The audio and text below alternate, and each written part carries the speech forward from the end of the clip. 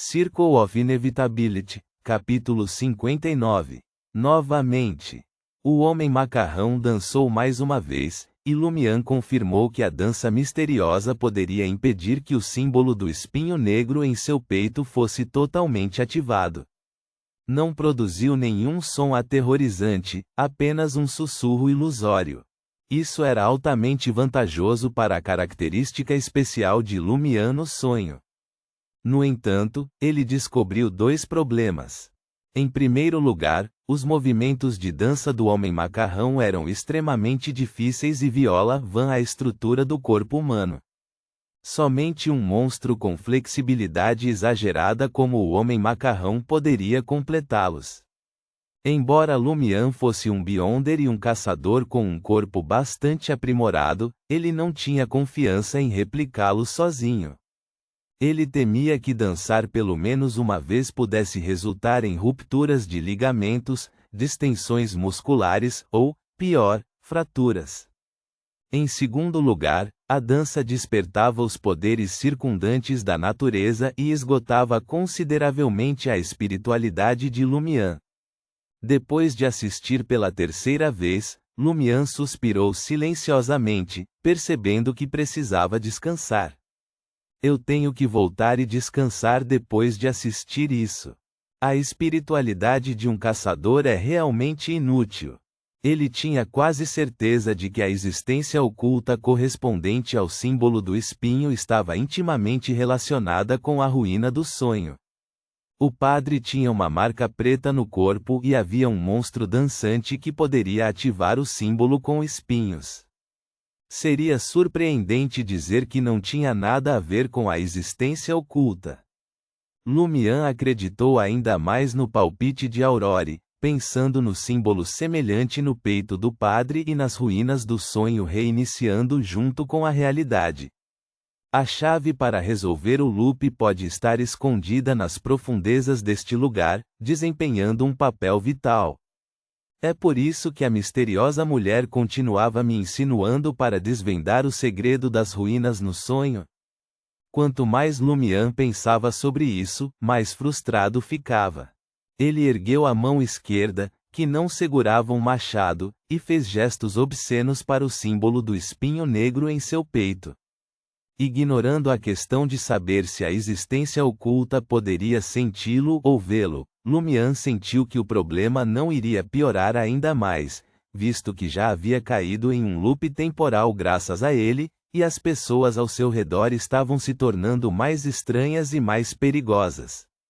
Depois de assistir a dança pela terceira vez, Lumian esfregou a cabeça um tanto vazia, e saiu das ruínas para voltar para sua casa do outro lado da floresta, suportando o leve calor no peito.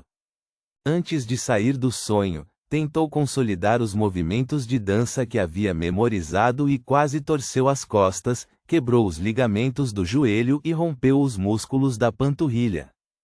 Caramba, isso não é algo que um humano comum possa fazer. Lumian praguejou e deitou na cama. Como sua espiritualidade estava muito esgotada, ele rapidamente adormeceu. Reticências. Quando Lumian acordou, o céu estava começando a clarear. O sol ainda não havia nascido e a lua carmesim havia perdido o brilho. Sentou-se lentamente, sentindo a satisfação de um sono profundo. Sua espiritualidade exausta foi perfeitamente reabastecida. Caminhando até a janela, Lumian abriu as cortinas, permitindo que a luz do amanhecer inundasse o quarto. No momento seguinte, seus olhos estavam fixos na silhueta de uma coruja fora do comum, empoleirada em um galho não muito longe, olhando para ele. Lumian rapidamente saiu do torpor e abriu a boca. Aurore! Aurore! Ela está aqui! Rápido, siga! Ao ouvir o grito, a coruja abriu as asas e voou em direção à periferia da aldeia. Ela desceu gradualmente e desapareceu na floresta que fazia fronteira com a vila de Cordu. Aurore, vestida com uma camisola de seda branca, entrou no quarto de Lumian segundos depois, com o rosto contorcido de irritação.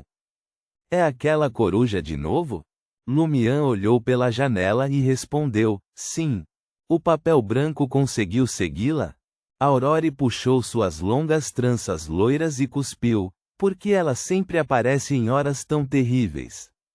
Eu estava dormindo quando você me acordou.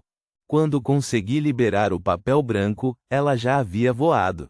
Lumian respondeu, mas você disse que não conseguia dormir bem com alguma coisa em mente. Aurore revirou os olhos para ele e zombou. Os humanos tendem a se sentir nervosos, inquietos e com medo no início. Depois que se acostumam, ficam entorpecidos. Somente dormindo bem eles podem permanecer alertas e racionais. Se você não dormir bem, isso afetará seu estado mental e sinais de perda de controle surgirão. A expressão de Lumian era de remorso quando ele disse, só podemos esperar pela próxima vez. Após um momento de contemplação, Aurore sugeriu, vamos tentar identificar um padrão. Não podemos ficar esperando o tempo todo. Precisamos descansar e não podemos ficar em guarda constantemente. Lumian relembrou os primeiros avistamentos. É sempre na segunda metade da noite e nas primeiras horas da manhã. Por que só durante esse período? Aurore perguntou mais, parece mais um ato do que um padrão. Pense com cuidado. Você fez alguma coisa ou repetiu as mesmas ações nas noites correspondentes quando apareceu na primeira metade da noite? Eu estava explorando as ruínas do sonho, admitiu Lumian para a irmã ao começar a se lembrar. Antes de aparecer pela segunda vez, ativei o símbolo em meu peito através da cogitação e descobri o que havia de especial em mim.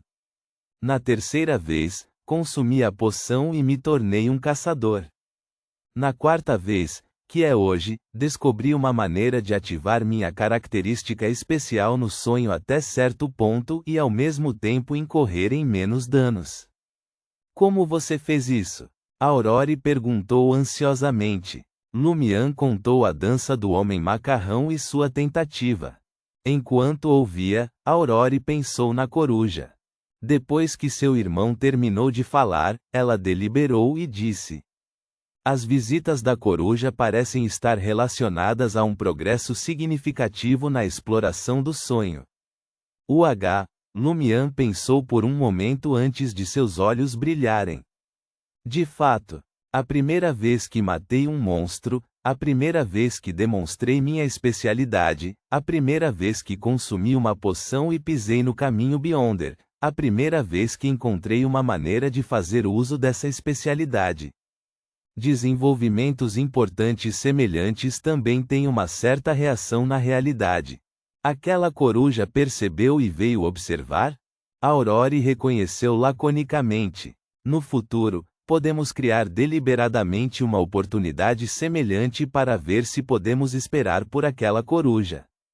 Acredito que a próxima vez que ele aparecer será depois de eu dominar a dança misteriosa e poder realmente usar característica especial trazida pelo símbolo em meu peito em meu sonho, ponderou Lumian, revelando um sorriso malicioso. Quando chegar a hora, avisarei você antes de entrar no sonho. Esteja preparada. Aurore pensou por um momento e assentiu.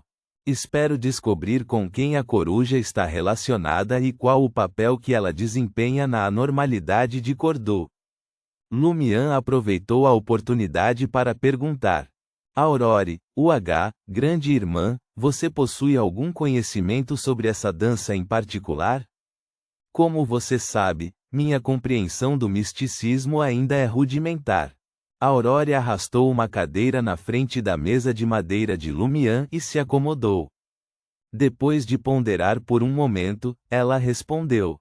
Vários cadernos aludiram à existência de magia ritualística em grande escala durante o início da Quinta Época e ao longo da Quarta Época. Esses rituais implicavam não apenas numerosos sacrifícios, mas também uma multidão de participantes. Eles empregavam danças específicas para apaziguar as entidades desejadas em troca de uma resposta. Em essência, era uma forma de ritual e magia de sacrifício. Desde o início, acreditava-se que a dança influenciava a natureza e facilitava a comunicação com as divindades.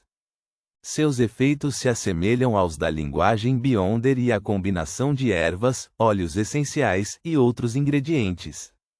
No mundo de Aurore e Lumière, a história era dividida em 5 épocas. A primeira época era a época do caos, seguida pela época das trevas e depois pela época do cataclismo. No entanto, Aurore ouviu de um amigo por correspondência que a época do cataclismo também era conhecida como a época gloriosa. A quarta época era a Era dos Deuses, ou a época dos deuses. A quinta época era a atual, que começou há 1358 anos e foi chamada de Idade do Ferro. Das 5 épocas, a história das 3 primeiras permaneceu inverificável, sobrevivendo apenas mitos e lendas. A quarta época ocasionalmente rendeu documentos, informações, cadernos, ruínas, mausoléus, cidades antigas e assim por diante. No entanto, a história parecia envolta numa névoa espessa, com apenas um tênue contorno discernível. Os textos teológicos das 7 igrejas frequentemente recontavam histórias da quarta época, que serviam como única fonte de esclarecimento. Depois de ouvir a explicação da irmã, Lumière arriscou um palpite. Aquele homem macarrão emprega a dança para apaziguar a entidade oculta que corresponde ao símbolo com espinho. Espera obter uma resposta ou um benefício. Talvez uma parte significativa de seu ritual esteja ausente, resultando em um efeito extremamente fraco. Ou o problema com as ruínas do sonho está causando uma falha que só pode desencadear uma pequena fração do poder contido no símbolo dentro do meu corpo? É como se eu fosse um deus. Tendo testemunhado a dança do homem macarrão e ficando satisfeito com ela, decidi destacar o símbolo e oferecer uma certa resposta. No entanto, Lumière não tinha controle sobre isso. Era uma reação automática do símbolo. Aurore sorriu e respondeu: "Você é mais como um portador desse símbolo, uma ferramenta, em certo sentido." Ela fez uma pausa pensativa e disse: "Suspeito que a dança foi inventada especificamente para agradar ou se comunicar com a entidade oculta que corresponde ao símbolo. Caso contrário, não teria provocado uma reação. Além disso, com base na sua descrição, isso não é algo que uma pessoa comum possa realizar.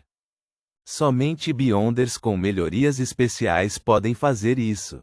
Embora eu esteja familiarizada com os nomes dos caminhos correspondentes da sequência 9 e da sequência 8, tenho um certo nível de compreensão delas. Nenhuma delas consegue executar esse tipo de dança, e a performance do homem macarrão não parece a de uma sequência superior. Caso contrário, você não teria conseguido escapar. Talvez não seja dos 22 caminhos, mas sim um benefício de uma entidade oculta?" Lumière relembrou as palavras da misteriosa senhora. Aurore olhou pela janela e franziu os lábios.